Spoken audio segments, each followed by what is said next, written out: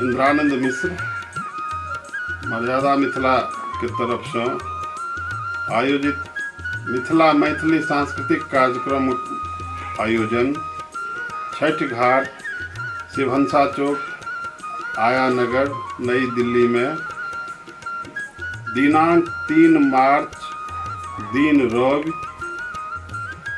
2019 ईस्वी को कयल जा रहल अछि।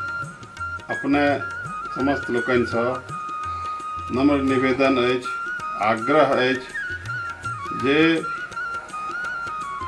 एहि मिथिला मैथिली सांस्कृतिक कार्यक्रम में अपन उपस्थिति दऽ कार्यक्रम के सफल बनाबी। धन्यवाद।